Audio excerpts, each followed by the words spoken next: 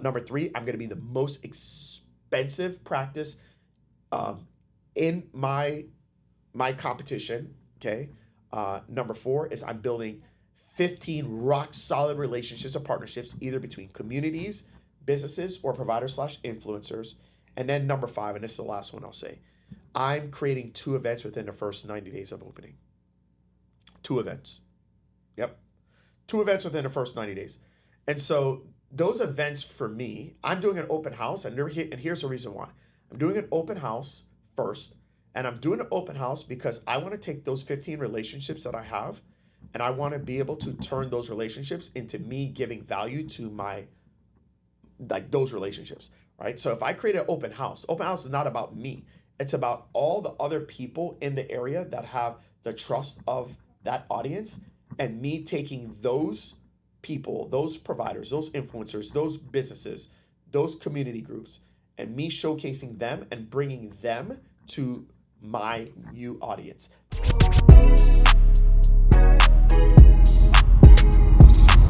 This is Secrets for Success. Welcome to the Secrets for Success podcast. I'm your host, Greg Todd. Thank you as always for joining me. Today, I want to talk to those of you that are looking to start your practice, how to start your practice today. This is me talking as kind of the old head. How would I start my practice today? What would I do? And I was really thinking about this because on our Platinum Mastermind call, we have a student who is a former professor, now turned practice owner, getting ready to start her practice. And I was giving her some advice and some counsel as she's getting ready. And I was like, you know what? I was thinking about it after the call, and I was like, all right, if I was to start over, what would I do? What would be kind of like my timeline of things? And so that's actually what I want to share on today's podcast. If I was starting over today and I'm a solopreneur and I'm starting a practice, what would I do? How would I do it? How would I set this thing up? And so that's what I'm going to share with you all today. So if you are considering having a practice, I want you to take notes. If you have a practice and your practice sucks and you are going broke and going out of business, I want you to take notes. I want you to write down these things because this is what I would do today. Now, what qualifies me to say this? Besides me staying at a Holiday Express last night. No, I didn't stay at a Holiday Express. But what qualifies to say, well, listen, I've grown practices. That's what I've done. And I've also done other businesses outside of practices. I've done online businesses. I've done brick and mortar businesses. And so one thing I know is I know how to hustle, and I know how to get something started. And I've done a couple practices. So here's how I do it today. I got to tell you though, the way that I did it in 2005, was the last one the last one we opened is 2017, 18. I would not do it that way today. I can tell you that right now. So let's talk about the different things that I would do. I think number one is I would make my practice solutions based. I know that the business model is the most important thing.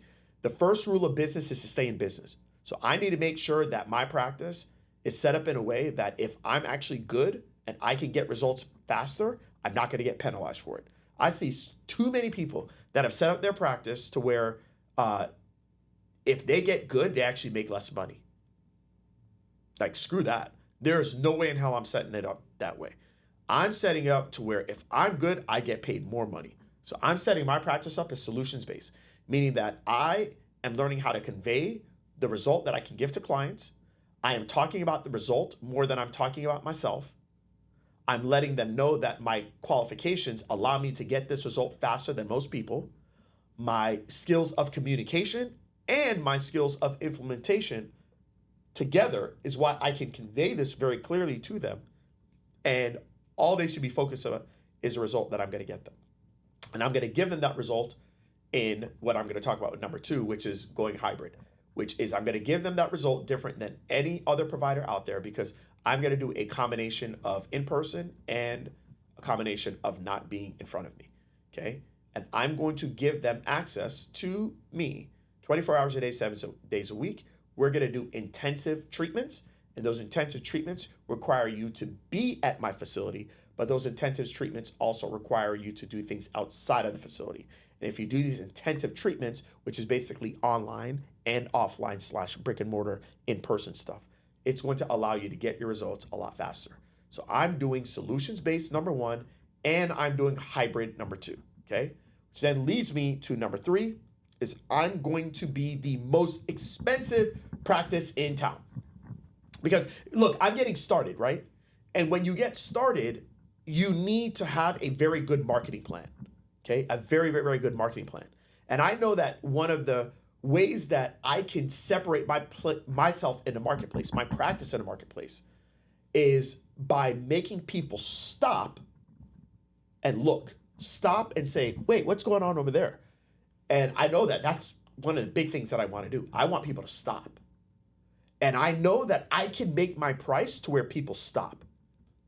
Now, this is something that I told my client the other day when we're on a coaching call. I said, listen, you being anywhere in the middle gives you no advantage in the marketplace. You being Planet Fitness gives you an advantage. You being the cheapest gym, the cheapest practice, that gives you an advantage because it's like, wow, how's that person so cheap? Being the most expensive gives you an advantage because people are like, oh my gosh, how dare they charge all that? Why are they so expensive? Being in the middle gives you no advantage because now you're just a commodity. You're just like everybody else. So now it's a matter of, well, you don't have any trust in the area because you're brand new. So why would I use you? I'm not going to use you. I know that if I am the most expensive or I'm the cheapest, I have an advantage marketing wise based on the price of my offer. So I know that I want to pick one or the other. For me, I've decided that I'm going to pick the most expensive because that means that I will have the profit and I'll have the business model structure to be able to have a unique experience at my practice that no other practice has. I know I'm in healthcare. I know that it's a land of mediocrity. I know most healthcare professionals are extremely arrogant and they think that because they spent $250,000 on their plastic degree that it entitles them that people should just listen to whatever they want to say. I know that most healthcare professionals absolutely suck with customer service. So if I had that extra money because I position myself as expensive and as premium to be able to create an amazing experience that no other providers in my area can create, I know that people are going to pay me based off of that. I also know that a lot of people aren't going to pay me. But when you're at that price, you don't need a lot of people. And I've just found it so much easier when I have business models that are high price, high profit, low volume. They're just so much easier to be able to manage and maintain. And I find the customers are customers that value their time over money, so they're actually easier to deal with. They're easier to deal with. Oh my gosh, so much easier. So that's what I'm doing. I'm going hybrid. I'm becoming solutions-based. I am going to be the most expensive in the market. Okay, number 4, I'm building a minimum of 15, I'm talking rock solid relationships before I even open the doors. 15 rock solid relationships. Those relationships can be relationships in my community. Those relationships can be relationships with other providers or influencers in the area. Those relationships can be relationships with businesses that have who my core person is. Who is that person? Is it single female? Is it a single male in their 20s, 30s, da, da, da, da? Whoever that person is, where do they shop? Where do they hang out? What type of media do they bring in? What restaurants do they go to? I'm trying to figure out who are the people that already have my audience. I am not starting with social media. I am not starting with paid traffic. I'm starting with partnerships because I know that we live in the partnership age. We live in the community age where people are inundated with so much information and so much crap and so many gurus and so many such and such experts or so-called this or so-called that. I know that they're going to go with the person they trust the most. So who already has the trust of the audience? Who has that? Let me go create partnerships and relationships with them. Because if I can get in with them and then they can endorse me to their audience, my business can skyrocket. I don't need a lot of those people. I said 15, but the reality is that if I had 3 to 5, I probably would have a 6-figure business. I probably have, because they've already done all the legwork for me.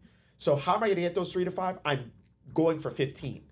And how am I going to get those 15 rock solid relationships and partnerships? I'm actually trying to reach out to 45. And I call it the big 45. So that's what I'm doing. Okay. So let me just say, number one, I'm going solutions based. Number two, if I'm going to go solutions based, that means I need to have hybrid, meaning a combination of online and offline. Number three, I'm going to be the most expensive practice in my competition. Okay. Number four is I'm building 15 rock solid relationships or partnerships, either between communities, businesses, or providers / influencers. And then number five, and this is the last one I'll say, I'm creating 2 events within the first 90 days of opening. 2 events. Yep. 2 events within the first 90 days.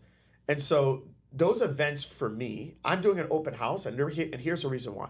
I'm doing an open house first, and I'm doing an open house because I want to take those 15 relationships that I have, and I want to be able to turn those relationships into me giving value to those relationships, right? So if I create an open house is not about me.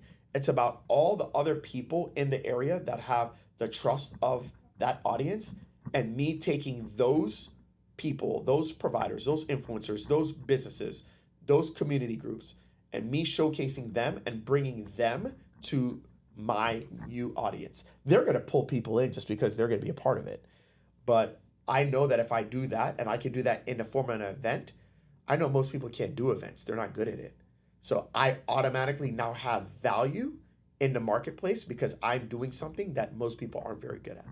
That's number one. So I'm doing an event. I'm doing some type of grand opening or pre-grand opening. I'm doing that. I'm getting those people to give me things that I can raffle off to the people in the community. So people want to come. They might not want to come for me because I'm brand new, but I know that they'll come because these other businesses that they already have trust in are giving away free stuff. Okay. And then within the 90 days of opening, I'm going to do some type of challenge or some type of event that's going to help my audience with a problem that I know that they have. I'm probably going to do it for very little to nothing. And then I'm going to give people the ability for them to upgrade in that event with things that I offer at my practice. And if they take me up on that, it will help them get their result that they're looking for inside of my challenge / event. They'll help them get that with more certainty. And that's what I'm doing. So those are the 5 things I'm doing if I'm gonna open up a practice, y'all. Like that's it. I'm going solutions based, number 1. I'm doing a combination of online and offline. I'm doing a hybrid, number 2. Number 3 is I'm positioning myself as the most expensive in the marketplace. Number 4, I'm building 15 rock solid partnerships. And then number 5, I'm doing 2 events within the first 90 days. That's how I would start my practice. If you are starting a practice, I would highly advise you to go back and listen to that and write some notes. If you have a practice and it has kind of gone and it's very stagnant, I would highly advise you to take me up on some of that advice. So I hope that helps you guys. We'll talk to you on the next episode. Till next time. That was easy.